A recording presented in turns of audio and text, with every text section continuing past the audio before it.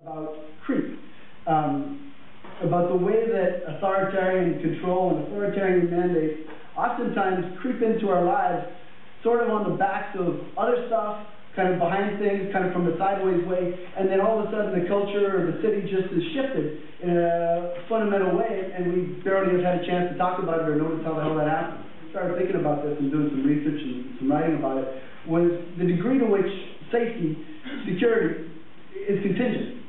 It depends. It's not a thing.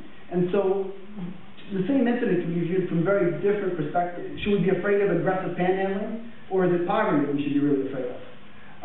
And I think that we need to constantly kind of remind ourselves that the idea of safety, the idea of security, it's not a thing, it's not an artifact, it's contingent, it depends. It depends on context, it's politicized.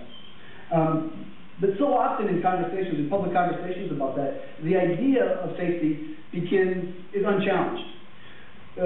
And security just ends up meaning keeping order, keeping things in place, keeping power in place. How do we begin to think that cops keep us safe? What's the logic behind that? How is it that we begin to think that CCTVs begin to make us secure? The things that are brought in supposedly just for the Olympics. Well, you know, we need this kind of security measure. We need these extra cops. We need those cameras. We need these kind of restrictions because of the Olympics. But then the Olympics go away, and those things are still here.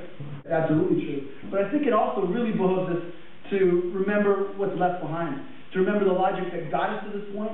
How do we end up with this shit show on our hands?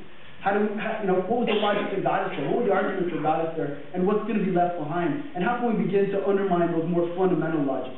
Those more fundamental logics that keep ending us up with a security guard in every library and in every street, and security guards hired by the DIAs walking up and down our streets. How do we end up there? And how can we attack those logics? Not just the event, but actually the logic and the arguments kind of